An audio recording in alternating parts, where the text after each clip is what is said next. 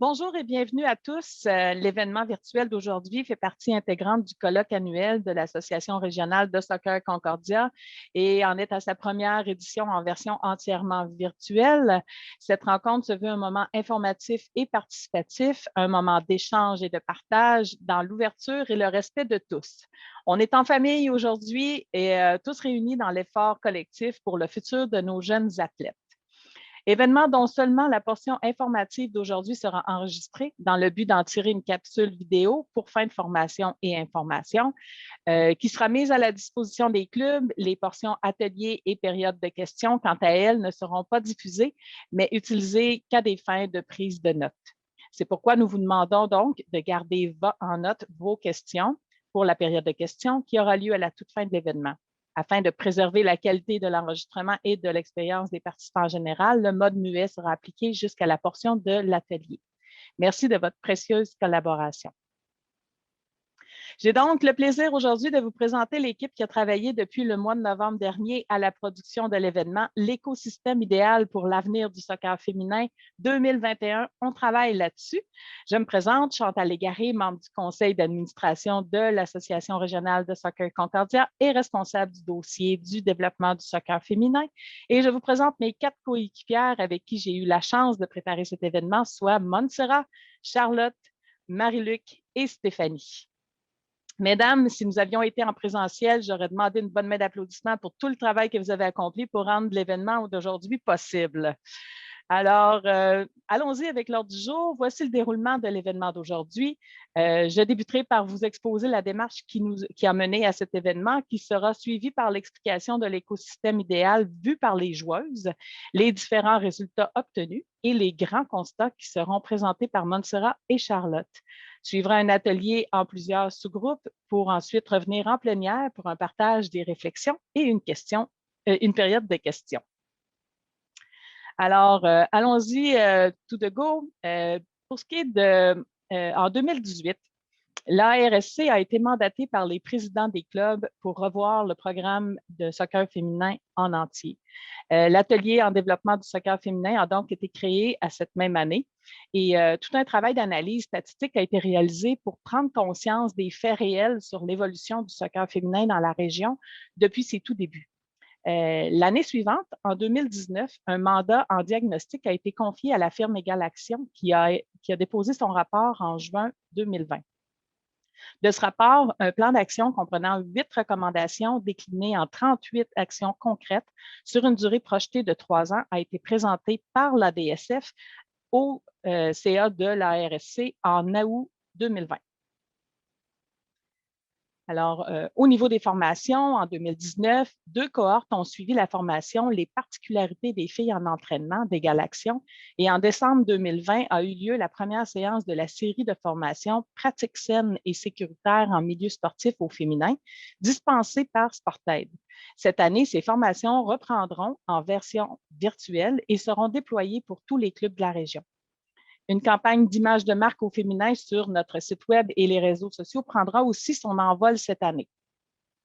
L'atelier en développement de soccer féminin a aussi évolué, passant de 6 membres à une quinzaine de membres, constituant le premier comité paritaire à l'ARSC, composé à 64 de femmes et 36 d'hommes. Nous en sommes très fiers.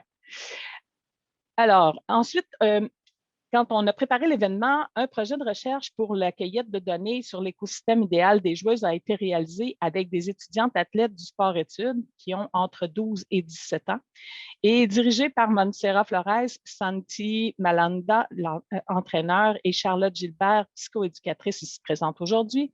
L'objectif recherché étant l'analyse et l'extraction statistique servant de base de discussion et de réflexion. L'établissement de pistes de solutions et d'actions concrètes à mettre en application à court et moyen terme pour se rapprocher des besoins réels de nos joueuses. Nous en profitons pour vous remercier pour toutes les questions, suggestions que vous nous avez fait parvenir lors de votre inscription et dont certaines trouveront réponse dans l'événement d'aujourd'hui. Pour vous expliquer plus en détail la démarche réalisée pour la collecte de données sur laquelle nous avons bâti notre réflexion d'aujourd'hui, je cède maintenant la parole à Montserrat et Charlotte.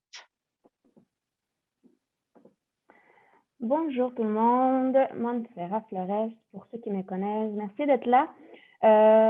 Donc, on voit j'ai comme des petits sous-titres, on va enlever ça, voilà. Donc, comment on a fonctionné avec les filles du sport-études, on est très consciente que c'est un petit noyau parmi toutes les filles qui sont dans nos clubs. Donc, on a 2 groupes au sport-études, de secondaire 1 et 2, secondaire 3, 4 et 5. Et on a fait une petite période de questions oui ou non avec quand même 96 affirmations. Et on a fait aussi un tour de table où les filles pouvaient s'exprimer. Ce qui est intéressant de ce côté-là, c'est que les filles étaient quand même en confiance, elles me connaissent bien, connaissent très bien Santi. Certaines connaissaient par le passé Charlotte, qui a déjà été éducatrice il y a quelques années. Et en plus, avec son background en psychoéducation, ça venait nous aider. Et les filles étaient très à l'aise de s'exprimer. Donc, on se prend pas pour des grandes chercheuses et des grandes analystes des statistiques. C'est vraiment de l'interprétation pour nous donner un pouls de qu'est-ce que les filles vivent. Donc, on est allé chercher l'information à la source. Je veux juste vous faire un petit rappel pour ceux qui sont un petit peu plus dans le technique.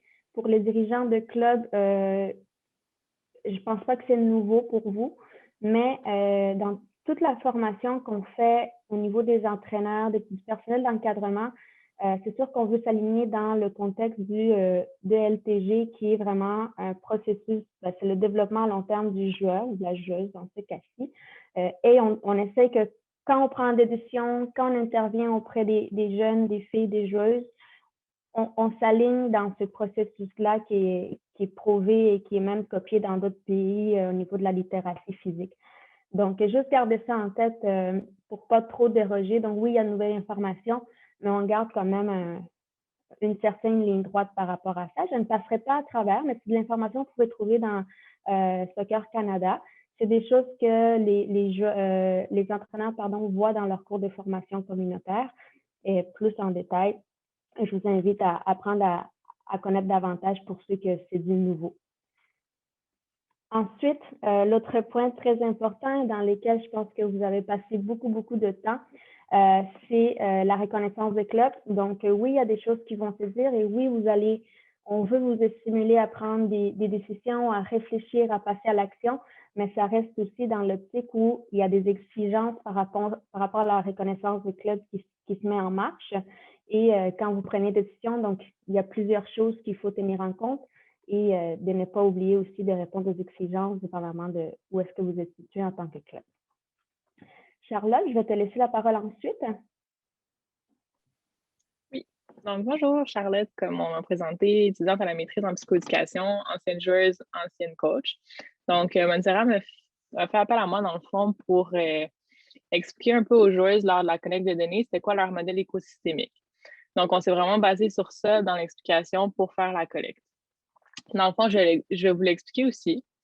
Si on prend la joueuse, personnellement, donc vous voyez, au centre, c'est la joueuse, son autosystème. Donc, c'est tout le passé de la joueuse, sa personnalité, son âge, son sexe, ses savoirs, sa scolarisation, ses attentes. Donc, vraiment ce qui est de personnel à la joueuse. Après, si on passe un peu plus gros, le microsystème de la joueuse. Donc, son milieu de vie, sa famille, ses amis, son école, son équipe de soccer, tout ce qui est autour de la joueuse, mais assez proche à elle, ses loisirs. Tout, c'est ça, sa famille élargie aussi. Donc, vraiment, on reste très proche de la joueuse encore une fois, mais on s'éloigne de plus en plus. Après, le mésosystème, dans le fond, c'est tout ce qui est l'interaction entre les deux premiers systèmes. Donc, quand on dit que l'école va appeler les parents parce que la joueuse n'a pas fait ses devoirs ou que le coach va contacter les parents parce qu'il est arrivé quelque chose à la pratique. Donc, c'est vraiment les interactions entre les deux premiers systèmes de la joueuse. Finalement, après, il y a l'exosystème.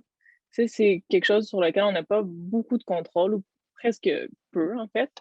Donc, tout ce qui est les services de la société, donc les services sociaux, les modèles d'intervention, les types de services qui sont disponibles, la continuité des soins et services. Donc, on peut avoir un peu de contrôle, mais c'est souvent à l'extérieur de nous un peu plus haut.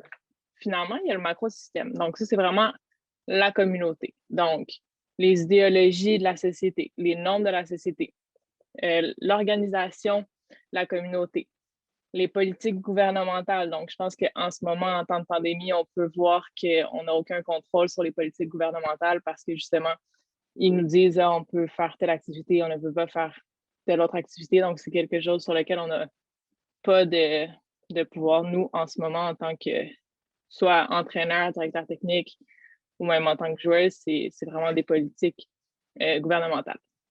Puis finalement, en bas, vous voyez une flèche, c'est la chronologie. Donc, dans le fond, ça, c'est le temps qui passe. Donc, tous ces systèmes-là à travers le temps. Donc, pour une joueuse, ça serait en ce moment, comment je me vois au soccer. Dans 2 ans, comment je me vois. Puis comment l'évolution de tous ces systèmes-là avec le temps. Puis, dans le fond, nous, c'est ça diffère. Les besoins des joueuses diffèrent aussi avec le temps. Ce qu'on a remarqué dans la collecte de données avec Montserrat, c'est qu'on leur posait avec les plus jeunes, surtout les secondaires 1, 2, on leur posait des questions. Montserrat leur posait des questions sur où vous voyez, admettons, est-ce que vous voyez jouer à l'université? Est-ce que vous voyez jouer au semi-pro? Puis, on dirait que les jeunes ne savaient pas trop comment répondre. Et là, j'ai repris, j'ai dit, OK, est-ce que vous voyez jouer au cégep? Le cégep, c'est un peu plus proche. Ou est-ce que vous voyez jouer à la fin du secondaire encore? Parce qu'on a vu que les plus jeunes ne se projetaient pas beaucoup dans l'avenir. Eux, les filles, c'était vraiment dans le moment présent qu'ils voyaient tout leur soccer. C'est je m'amuse en ce moment, mon équipe est amusante en ce moment, mais le futur, je ne sais pas encore. Donc, vous voyez même Montserrat, qui est une une entraîneur depuis des années, qui travaille avec les filles depuis très longtemps. Elle a dû un peu s'ajuster parce qu'elle s'est dit, ah, ce besoin-là, ben, peut-être que je l'ai mal interprété au début. Donc, c'est très important de justement essayer d'aller voir les besoins des filles selon leur âge, Puis nous, en plus, c'était des filles de sport-études. Donc, on pense qu'elles se projettent loin, mais pas tant que ça. Donc, c'est vraiment quelque chose avec laquelle il faut faire attention. Donc, c'est ce qui conclut un peu le modèle écosystémique des joueuses. Donc, avec ce que je viens de vous parler, je vais parler un peu des zones de pouvoir. Donc, c'est quoi une zone de pouvoir pour la joueuse? Par exemple, la joueuse, elle a des zones de pouvoir dans son autosystème, donc sur sa personnalité, sur avec quel ami aussi dans son autosystème, avec quel ami elle veut se tenir et tout, à quelle école elle veut aller, ou par exemple, en lien au soccer, avec quel club je vais aller jouer, quel type d'interaction je vais avoir avec mon entourage, avec mes coéquipières. Est-ce que je vais communiquer avec mon coach, avec le gérant, avec un autre professionnel du club? Est-ce que je vais participer aux différentes activités qui sont offertes par le club? Ou est-ce que moi, je vais aller proposer des activités à mon entraîneur? Donc, tout ça, c'est une zone de pouvoir qui appartient à la joueuse. C'est des actions concrètes que la joueuse peut effectuer pour améliorer son écosystème. Puis, ça va être une notion importante dans le futur parce que vous allez voir que nous, on a expliqué aux filles quand on a fait notre collecte de données que c'était une zone de pouvoir qu'elles avaient. Puis on dirait qu'à la fin, elles sentaient qu'elles se disaient ah, je peux vraiment faire une différence parce que j'ai donné mes idées ou parce que j'ai parlé de ci ou parce qu'elles voyaient que ah, là-dessus, j'ai du pouvoir. Donc, c'est important que je m'exprime, c'est important que je parle de mes besoins, puis que je parle autant que ce que j'aime, de ce que j'aime pas dans mon club ou de ce que j'aime dans mon sport-études, ce que j'aime pas. Donc, c'est important que j'apporte ma voix, que j'apporte mon opinion. Puis aussi, il y a les zones de pouvoir des dirigeants. Donc, vous, des TC, des responsables de soccer féminin. Donc, tout le monde a sa zone de pouvoir. Par exemple, des exemples concrets, l'encadrement, le choix des éducateurs, éducatrices, par exemple, favoriser une éducatrice féminine pour une équipe de joueuses. Ça peut être une zone de pouvoir que vous avez.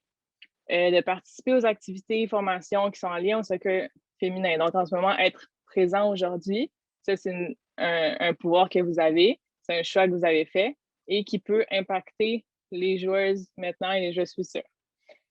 prendre une habitude de faire un état des lieux des équipes. Donc, aller voir les équipes, prendre le pouls de l'équipe, surtout les équipes féminines. Donc, aller voir, est-ce que tout va bien? Est-ce que les filles se sentent à l'aise? Est-ce que les filles sont à l'aise avec le coach, avec leur coéquipière? Est-ce que ça va bien? Donc, prendre l'habitude d'aller faire des check-ups, si on veut dire. L'interaction et la relation avec les parents de la joueuse. Donc, aller sonder aussi les parents, voir si tout va bien, avoir une bonne, justement, relation avec eux. Aussi, l'interaction avec les organismes, avec les associations, puis les autres clubs. Donc, essayer d'améliorer la communication entre les différents clubs ou la communication entre les différents organismes qui ont dans le quartier autour du club. Puis aussi, être au courant des types de services qui sont offerts en club. Donc, connaître tous les services, essayer de justement mettre en relation les coachs, les entraîneurs des équipes féminines avec les différents services. Donc, ça, c'est tous des exemples de zones de pouvoir que vous avez en tant que dirigeant de club ou responsable des soccer féminin.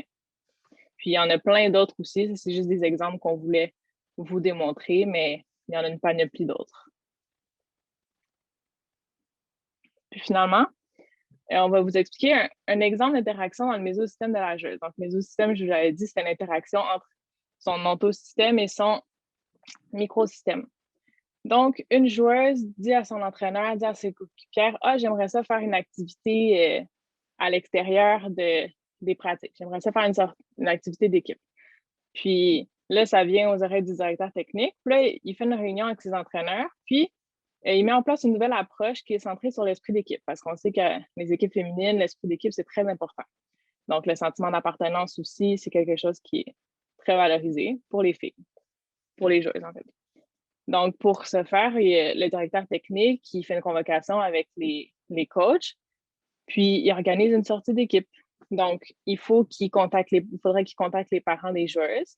Donc, ça fait de l'interaction avec les différents systèmes de la joueuse pour avoir, admettons, une autorisation parentale. Puis après, pour que les joueuses puissent faire une sortie à l'extérieur des pratiques, à l'extérieur du terrain.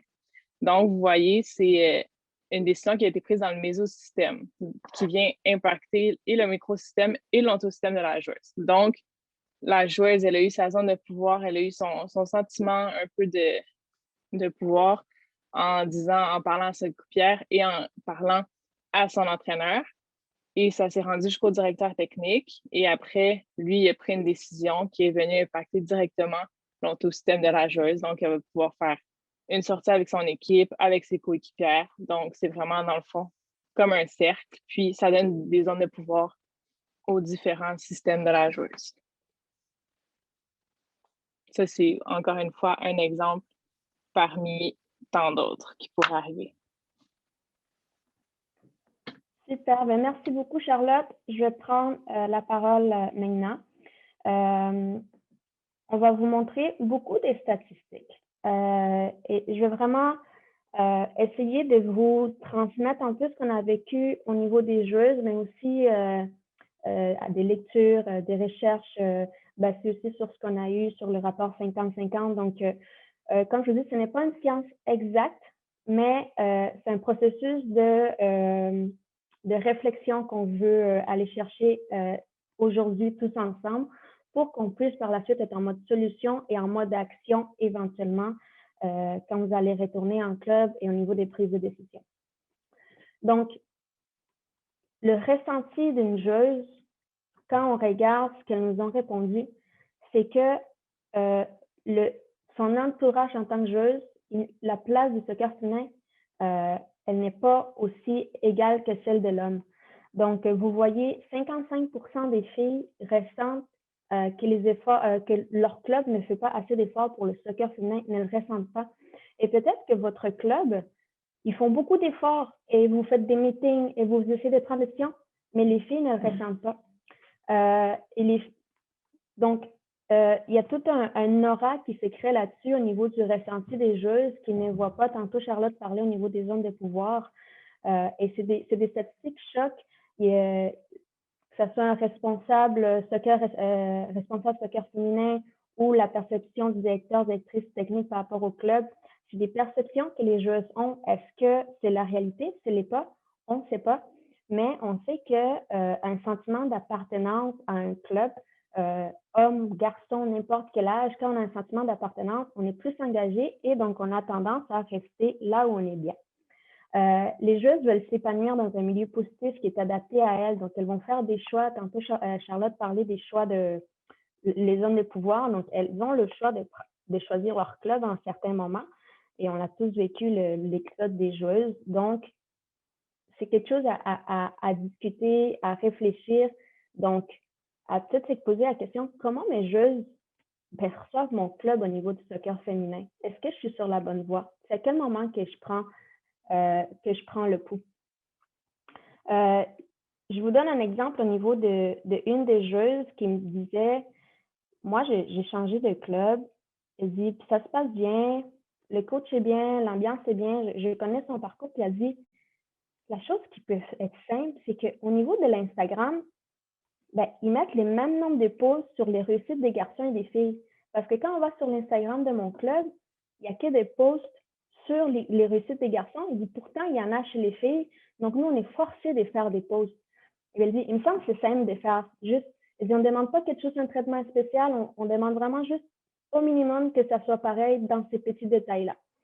Donc, c'est une perception. Pourtant, le reste semble être correct au niveau du coach, des joueuses, de comment ça allait. Mais ça, quand elle s'exprimait, là, on dirait qu'il y avait comme une certaine frustration. Moi, ça m'a beaucoup choquée quand on échangeait avec elle. Ensuite, ce qu'il faut tenir en compte, c'est les besoins des joueuses. Tantôt, Charlotte, vous parlez au niveau de l'écosystème des joueuses. Il y a plusieurs besoins chez un être humain et dépendamment aussi le stade de développement. Donc, il y a l'enfance, l'adolescence, l'âge adulte. Et comme l'expliquait tantôt Charlotte, la priorisation des besoins peut changer dans le temps. Et en plus, vous, quand vous avez vos joueuses, vous devez prendre des décisions au niveau des offres de services. Est-ce que c'est une joueuse qui vient pour un modèle plus récréatif?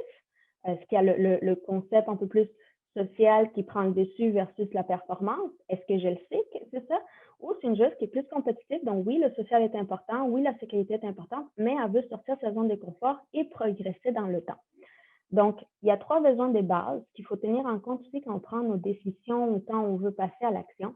C'est le besoin de sécurité, le besoin de plaisir et le besoin d'épanouissement.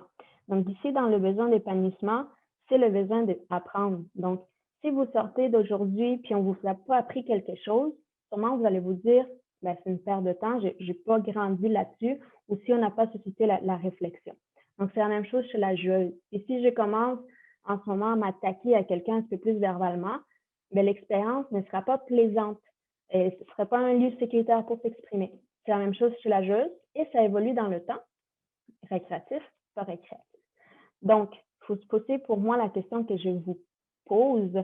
Est-ce que mon association pose les actions concrètes pour répondre à ces besoins et les adapte aux particularités des clientèles féminines? Hein, parce qu'on le sait, là, puis des fois, quand je discute avec vous, on me dit oui, mais les filles, il y a des choses qui sont différentes, il faut comprendre. Donc, gardez en tête qu'il y a le plaisir, l'organisation et la sécurité chez la joueuse et ça évolue dans le temps. Une autre chose au niveau de la diversité des besoins des joueuses, qu'on a dit, ça varie dans le temps. Des fois, il y a des choses qui ne vont pas bien au sein d'une équipe, au sein d'un club, au sein du membre de nos CA, dans notre staff technique. Puis, moi, ce qui m'avait beaucoup choqué, c'est que 55% des filles ne se sentent pas écoutées par le personnel d'encadrement. Donc, quand il y a quelque chose qui ne va pas, qu'elles n'aiment pas, ça se peut aussi qu'il y a quelque chose qui ne va pas bien à la maison ou qui ne va pas bien par rapport au coach, les filles ne parleront pas, on ne le saura jamais. Donc, est-ce que, et moi, j'aime poser beaucoup cette question-là, est-ce que c'est les filles qui ne veulent pas parler ou on ne veut pas écouter? 50% des filles ne se sentent pas confortables de se confier soit à un coach, soit à un adjointe, gérant, parent, directeur technique. Donc, c'est des statistiques qu'on se dit, la source de réponse, des fois qu'on a tendance à se casser la tête à se dire, OK, comment on fait pour avoir plus de filles dans notre club? Comment on fait pour les retenir? Comment on fait pour qu'elles ne partent pas? Comment on grandit notre clientèle féminine? La source de réponse, elle est dans notre club devant nous. mais est-ce qu'on leur offre la place pour s'exprimer? Et à la fin, quand on avait fait toutes les questions avec les joueuses du sport-études, je leur ai dit, les filles, comment vous vous sentez qu'on vous pose des questions, qu'on vous avez la libre parole, et je leur avais expliqué que j'allais vous rencontrer aujourd'hui et amener ce qu'elles nous ont dit pour vous le présenter. Je leur ai dit, c'est anonyme, c'est sûr. Et là, j'ai dit, comment vous vous sentez par rapport à ça? Et vous aurez dû voir leur non-verbal. Elles ont levé la tête, ouvert la poitrine.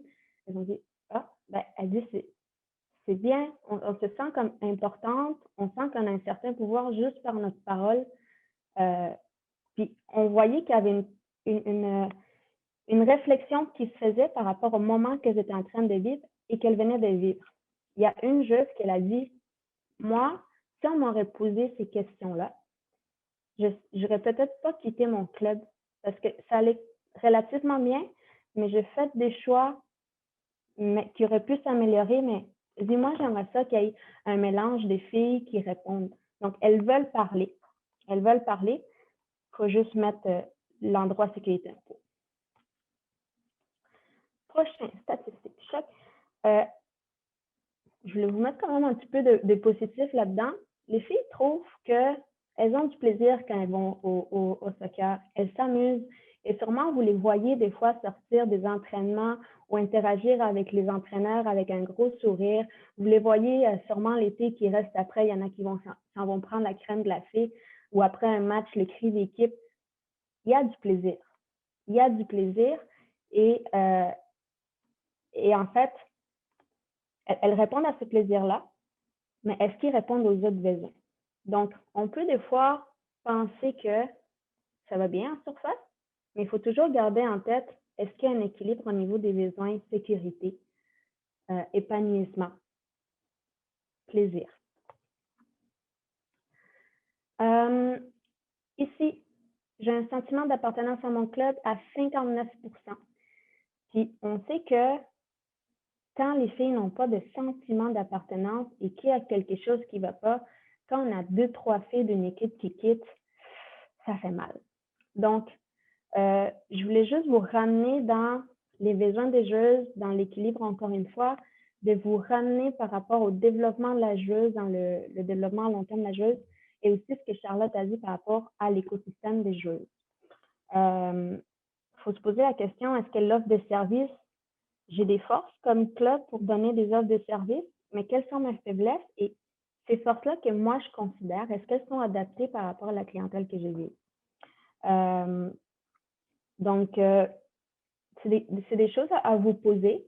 Je voulais aussi un peu défaire le mythe et je suis très consciente que les filles qu'on a rencontrées, c'est des filles qui sont en sport-études et qui nous semblent avoir un côté performance et qui ont des objectifs à long terme, mais elles répondaient à 82% qu'elles ne sont pas dans leur équipe juste à cause de leur ami. Puis quand on discutait avec elles, elle dit oui, on veut du plaisir, oui, mais à un certain moment, je prends des choix pour mon développement personnel parce que j'ai envie de performer.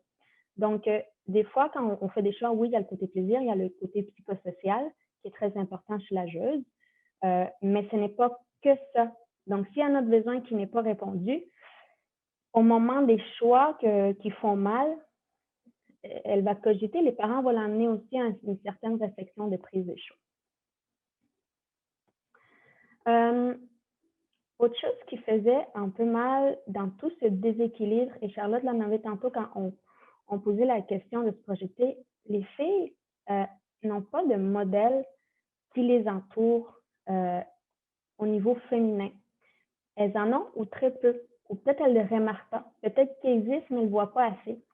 Et c'est quand même assez triste que des filles, à 64%, considèrent leur modèle sportif que c'est un homme et pas une femme. Donc, quand elles se projettent dans je veux développer au soccer, quand elles vont se projeter dans l'âge crucial de 16-18 ans où la composante école va venir, ou plus petite entre les activités, entre le choix d'activités, gymnastique, danse, quel modèle ils percent bien, ils réussissent bien? est-ce que leur entourage ont fourni assez leur entourage avec des modèles proches d'elles, visibles, qui vont leur dire, voilà un cheminement que je peux prendre, qui est possible, ou juste susciter, le faire rêver. Donc, on voyait beaucoup l'absence de modèles sportifs à leur entourage. Et je pense que c'est quelque chose qu'on peut changer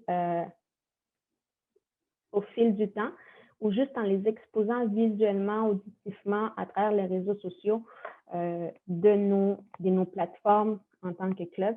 Je pense que c'est quelque chose qui peut changer.